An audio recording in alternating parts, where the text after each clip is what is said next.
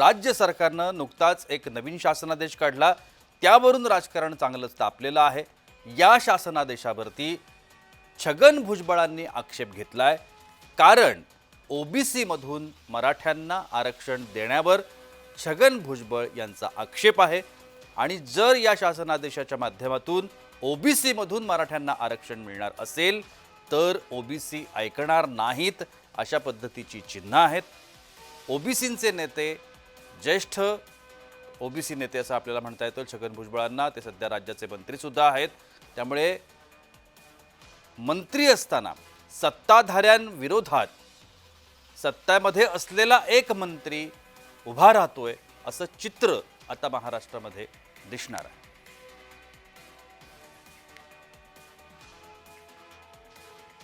हा जो जी.आर. आहे त्यातली शब्दरचना जी आहे ती पुढे जी आहे ही ओबीसी साठी अडचणीची ठरणार आहे। आज जरी सगळे आम्ही कुणी सांगत असले सरकार की कुणालाच त्रास नाही, कोण सांगतं मराठ्याचे सगळे प्रश्न सुटले, कोण म्हणतो 3 कोटी लोक आता ताबडतोब ओबीसी झाले, आता 3 कोटी, ते जर खरं असेल तर हे खोटं आहे आणि हे खरं असेल तर ते खोटं आहे। तर त्या खऱ्या खोटं नक्की काय आहे ते शोधण्याचा आमचा प्रयत्न आहे। मुख्यमंत्री देवेंद्रजी, मी स्वतः, अजितदादा आणि भुजबळ साहेब ज्येष्ठ नेते आहेत आणि त्यांच्याशी चर्चा झाली होती आणि त्यांनाही सांगितलं होतं या जी.आर. मुळे ओबीसीला कुठे धक्का लागणार नाही। त्यांनी म्हटलं होतं हा जी.आर. तपासून घेऊ, कायदेशीर बाबी तपासून घेऊ आणि त्याच्यानंतर भूमिका जाहीर करू। त्यामुळे मला वाटतं या जी.आर.च्या माध्यमातून ओबीसीचं कुठलंही नुकसान होत नाही। या सगळ्या संदर्भात चर्चा करण्यासाठी आत्ता माझ्यासोबत मराठा समर्थक आबासाहेब पाटील आहेत, त्याच पद्धतीनं ओबीसी समर्थक मृणाल ढोले पाटील देखील। दोघांचंही मनापासून स्वागत। खरं तर पहिला प्रश्न हा आबासाहेब पाटलांकरता आहे। ज्या पद्धतीची भूमिका राज्याचे मंत्री छगन भुजबळ आज घेत आहेत, ही भूमिका आणि या भूमिकेकडे मराठे कशा पद्धतीनं पाहत आहेत? खरं तर भुजबळ हे राज्याचे मंत्री आहेत जी, आणि भुजबळांच्याकडे बघण्याचा जो दृष्टिकोन आहे राज्यातल्या सगळ्या जनतेचा, तर भुजबळ हे जातीवादी व्यक्तिमत्व आहे की ज्यांना फक्त जातीच्या नावावरती त्याला राजकारण करायचंय। आणि आता कुठेतरी छगन भुजबळांना भीती वाटते आणि त्याच्यामुळे त्यांचं राजकारण संपण्याचा त्या ठिकाणी त्याला समोर दिसतंय। मधल्या काळामध्ये त्यांच्यावरती परिस्थिती निर्माण झाली होती। आज परिस्थिती अशी आहे, जर भुजबळ खरंच ओबीसीचे नेते आहेत, मग मला या भुजबळांना प्रश्न विचारायचा आहे राज्यातल्या जनतेसमोर आणि तमाम सगळ्या ओबीसी जनतेसमोर जी, की राज्यातला 12 बलुतेदार 18 आलुतेदार भटका विमुक्त ह्या लोकांना तुम्ही न्याय का मिळवून दिला नाही? तुमच्या एकट्या जातीचे जवळपास 18 ते 19 आमदार, 3-4 खासदार, तुम्ही स्वतः मंत्री आमदार, तुमचा मुलगा आमदार, तुमचा पुतण्या खासदार, तुमच्या घरात सगळे पंचायत समिती, जिल्हा परिषद, नगर परिषद तुमच्याकडे, मग तुम्ही कोणत्या ओबीसीची गोष्ट करताय? आणि ओबीसीच्या नावावरती ही 2 घराणी, एक मुंडे घराणं आणि एक भुजबळांचं घराणं, ह्या दोन्ही लोकांनी गोपीनाथ मुंडे साहेबांनी माधव पॅटर्न आणला आणि माळी धनगर वंजारी हा पॅटर्न राबवल्यानंतर धनगरांच्या खांद्यावर बंदुका ठेवल्या। थोडक्यात आबासाहेब पाटील तुम्हाला असं म्हणायचं आहे की राज्याचे मंत्री आणि ओबीसींचे नेते हे त्यांच्याच लोकांना न्याय मिळवून देण्यात कमी पडलेत। आपण याचं उत्तर घेऊया मृणाल ढोले पाटील यांच्याकडून। मृणाल ढोले पाटील, आबासाहेब पाटलांनी थेट आरोप केलाय भुजबळांवरती, तुम्हाला पटतोय? नाही, मला खरं तर पटत नाहीये आणि पटण्याचं काही कारण पण नाहीये। जी, त्याचं कारण असं आहे की आबा पाटील असं म्हणतात की त्यांचं राजकीय अस्तित्व धोक्यात आलेलं आहे। मला आबासाहेब पाटलांना सांगायचं की भुजबळ साहेबांची राजकीय कारकिर्दी ही जवळजवळ 40-45 वर्षांची आहे आणि त्यातले 30-35 वर्ष हे ते सत्तेत राहिलेले आहेत। त्यामुळे त्यांची राजकीय अस्तित्व धोक्यात येण्याचा काही प्रश्न नाही। दुसरा म्हणजे त्यांनी बुद्धिभेद महाराष्ट्राचा असा केलाय की सगळं त्यांच्या घरात आहे, त्यांच्या घरात काहीच नाहीये। एक ते आमदार सोडले आणि आता कुठं त्यांचं मुलाला विधान परिषद भेटली, त्यामुळे 2च पदं घरामध्ये आहेत, याच्या व्यतिरिक्त दुसरं काहीच त्यांच्याकडे नाहीये। पण ती व्यक्ती हे अखंड 350-400 जातींसाठी गेले मंडल कमिशन लागू होण्यापासून भांडत आहे। गेले 30 वर्षाचा तो संघर्ष आहे। आणि राहिला विषय हा जी.आर.चा, तर मला त्यांच्या सांगा ना, प्रकारचा हे खासदार तुम्हाला दाखवा. पटतं का? हॅलो, एक बोला बोला रस्त्यावर एक माणूस आबासाहेब त्यांना थांबतो. बोलू द्या, आबासाहेब त्यांना बोलू नाही नाही, रस्त्यावर एक माणूस उपोषणाला बसतो आणि त्याच्यानंतर तो कायदा पारित करायला लावतो. जी-आर हा कॅबिनेट मध्ये पास झाल्यानंतर निघतो. मला सांगा, रस्त्यावर कायदे पास करण्याची ही कुठली प्रथा आहे? जर या प्रथेला आपण मान्यता दिली तर मग प्रत्येक कायदा रस्त्यावर होईल. कॅबिनेटची गरज नाही, मंत्रिमंडळाची गरज नाही, सरकारची हे गरज समजून नाहीये. घेणं मग गरजेचं प्रत्येक आहे. जर रस्त्यावर बसायचा, त्याला पाहिजे तो कायदा पारित करून घ्यायचा, सरकार सही करेल. आपण विषय आबासाहेबांचं संपला. उत्तर कशासाठी घेऊया. कॅबिनेट पाहिजे? मृणाल ढोले कशासाठी पाटील, आपण सरकार पाहिजे? आबासाहेबांचं उत्तर कशासाठी घेऊया. प्रोसिजर पाहिजे? आबासाहेब ते थेट म्हणतायत की तुम्ही रस्त्यावर बसून, आंदोलनाला बसून तुमचे नेत्यांनी हा कायदा पास करून घेतलाय किंवा आपलं म्हणणं सरकारकडून मान्य करून घेतलंय, असं त्यांचं म्हणणं आहे. हाच तर खरा विषय आहे. हे ओबीसीचे काय तथाकथित नेते आहेत, जी ज्या 350 जातींचे नाव घेत आहेत. या 350 जातीवर वारंवार अन्याय ह्या लोकांनी केला. ह्यांच्यातले कधी IAS IPS होऊ दिला नाही. ह्यातला कुठला MPSC राज्यसेवेला येऊ दे, हे 2-3 समाजात सगळे पुढालेले आहेत. आणि राहिला कायद्याचा विषय. आज जो शासन निर्णय निघाला म्हणून सांगितलं जातं, ह्याच्या बाबतीत छगन भुजबळ मंत्रिमंडळ त्यांना माहित नाहीये, किंवा जे अभ्यासक म्हणून फिरतायत त्यांना माहित नाही, जे हायकोर्टचे वकील म्हणून त्यांना माहित नाही हे काय आहे ते. हा सगळ्यात मोठ्या राज्यातल्या ओबीसीचा जे दिशाभूल करायचं काम चाललंय. तुम्हाला सांगण्याचा विषय आहे, जे आता परवा जो शासन निर्णय निघालेला आहे कुणबी दाखल्या संदर्भामधला, त्याच्यामध्ये काय म्हटलंय हे स्वतः त्यांना माहित नाही का? हे 1 सप्टेंबर 2012 जी कायदा आहे, शासन निर्णय आहे, ह्याच्यामध्ये शुद्धीपत्रक केलेलं आहे. जी हा काही नवीन जी-आर काढलेला नाही. तुम्ही बघा 1 सप्टेंबर 2012 जे मागच्या वेळी नोटिफिकेशन काढलं होतं, जी ह्याच्यात फक्त शुद्धीपत्रक केलेलं आहे. आणि ते काय म्हणतंय हे वारंवार आपल्या चॅनलच्या माध्यमातून आम्ही सांगितलंय. त्याच्यामध्ये अनुसूचित जाती जमाती, भटक्या विमुक्त जाती जमाती, त्याचप्रमाणे इतर मागासवर्ग यांच्या जात पडताळणी प्रमाणपत्र देण्यासंदर्भात आणि की याच्यामध्ये जात पडताळणी करण्यासंदर्भात त्याच्यामध्ये डायरेक्शन दिलेले आहेत, ते निकष दिलेले आहेत. त्याच्यामध्ये शेवटचा पॅराग्राफ मध्ये फक्त चेंजिंग केलेलं आहे. काय केलं चेंज? की त्याच्यामध्ये ज्यांच्या भूमिहीन आहे मग त्यांची वंशावळीनुसार घ्या, हा एक शब्द फक्त आहे. म्हणजे ज्याचं जमीन नसेल नावावर, महसुली कायदा जोडत नसेल तर वंशावळी, हा एवढं. मृणाल ढोले पाटील, ही भूमिका तुम्हाला एवढाच पटते विषय ज्या आहे. पद्धतीने आणि शासनादेश आता त्याच्यामध्ये निघालेला आहे आणि आणि ते- ओबीसी मधून मराठ्यांना हे आरक्षण मिळू शकतं अशा पद्धतीची स्थिती नाही, आणि नाही, नाही, भीती, नाही. असं आपण म्हणूया, छगन भुजबळांना वाटते.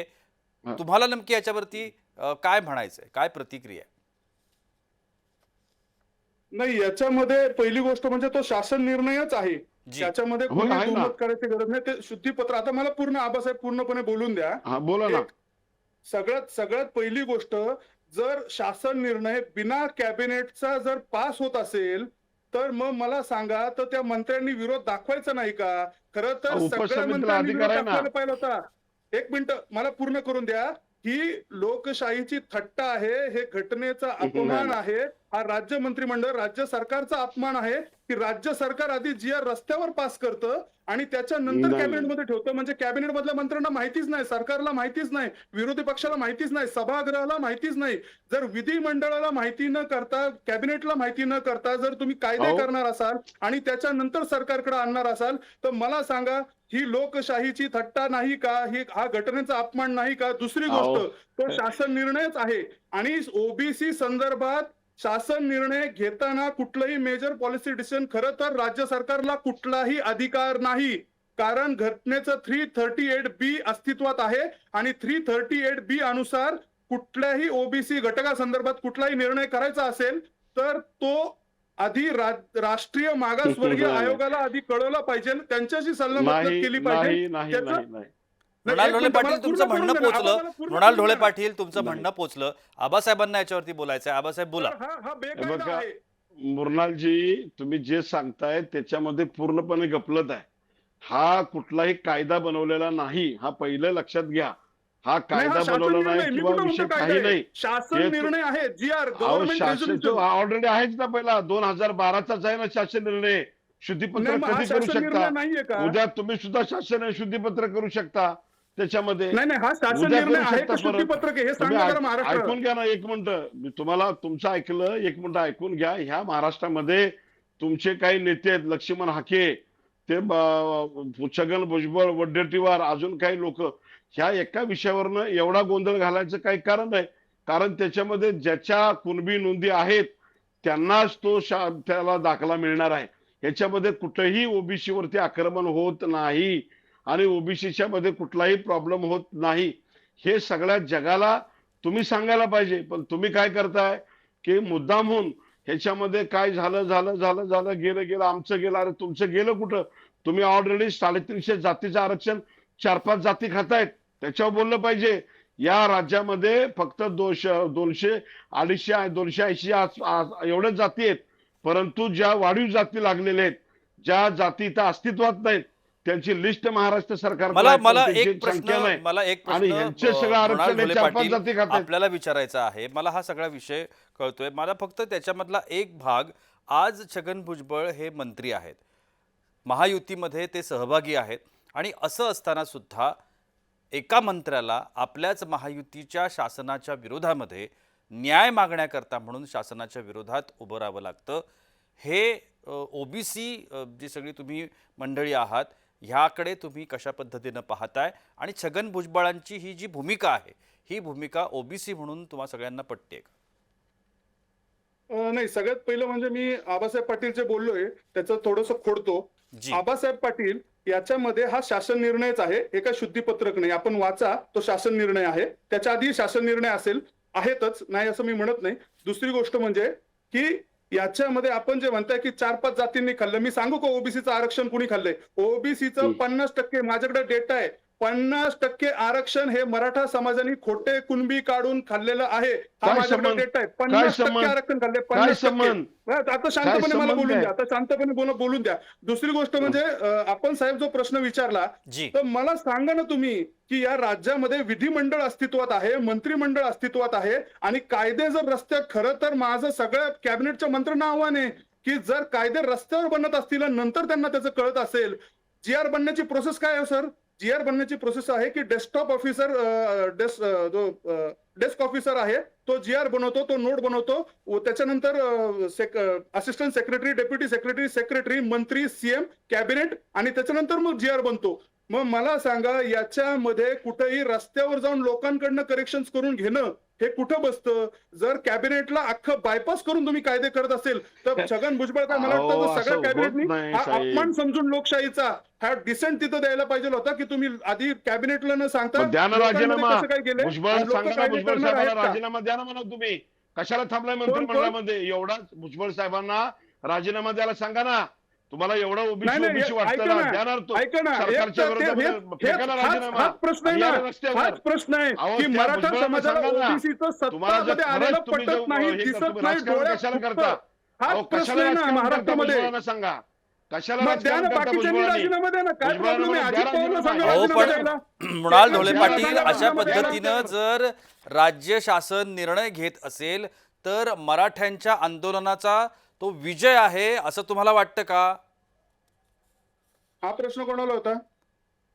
आबासाहेब पाटील, अशा अहो, पद्धतीनं जर निर्णय घ्यायचा असेल किंवा घेतला गेला असेल आणि त्याचा फायदा जर मराठा समाजाला होत असेल तर तो आंदोलनाचा विजय आहे. तुम्ही कसं बघता? हे बघा, हे जे आंदोलन झालं, या आंदोलनातून ज्यांच्या कुणबी नोंदी आहेत त्यांच्यासाठी हा कायदा पारित झालेला आहे. दुसरा मुद्दा, ज्यांच्या आपण जो कुणबी प्रश्न नोंदी आहेत विचारलेला आहे, त्यांच्यासाठी कायदा आहेच अशा की, नवीन अनेक पारित करण्याची काय अनेक गरज आहे? जाती, कोणताही सर्वेक्षण नाही, कोणतंही त्याचं ट्रिपल टेस्ट नाही, कोणतं आयडेंटिफिकेशन नाही, अशा अनेक जाती ज्या वेळेला ओबीसी मध्ये घातल्या, साध्या 2 ओळीच्या शासन निर्णयावरती घातल्या, त्यावेळेला भुजबळांना नाही वाटलं. ज्या वेळेला या राज्यातला मुस्लिम समाजाच्या संदर्भामध्ये निर्णय घेण्यात आला आणि मुस्लिमातल्या अगदी मुघल, अहमदी, पठाण ह्या लोकांना सुद्धा ओबीसी मध्ये आरक्षण दिलं गेलं, भुजबळ झोपले होते काय? कुठे होते भुजबळ? का नाही विरोध नक्कीच केला? नक्कीच या नक्कीच नक्कीच. देशामध्ये आबासाहेब, थोडंसं ज्याने तुम्हाला आक्रमण थांबवतो, केलं, थोडंसं थांबवतो. या राज्यावर आक्रमण एका केलं, वेगळ्या राज्यावर विषयाकडे आक्रमण आपल्याला केलं. जायचंय. खरं तर तुम्ही दोघेही सहभागी झालात या चर्चेमध्ये आणि आपापले मुद्दे, आपापलं या सगळ्या संदर्भातलं जे दृष्टिकोन आहे तो तुम्ही प्रेक्षकांसमोर ठेवलात. त्यासाठी दोघांचेही अगदी मनापासून आभार.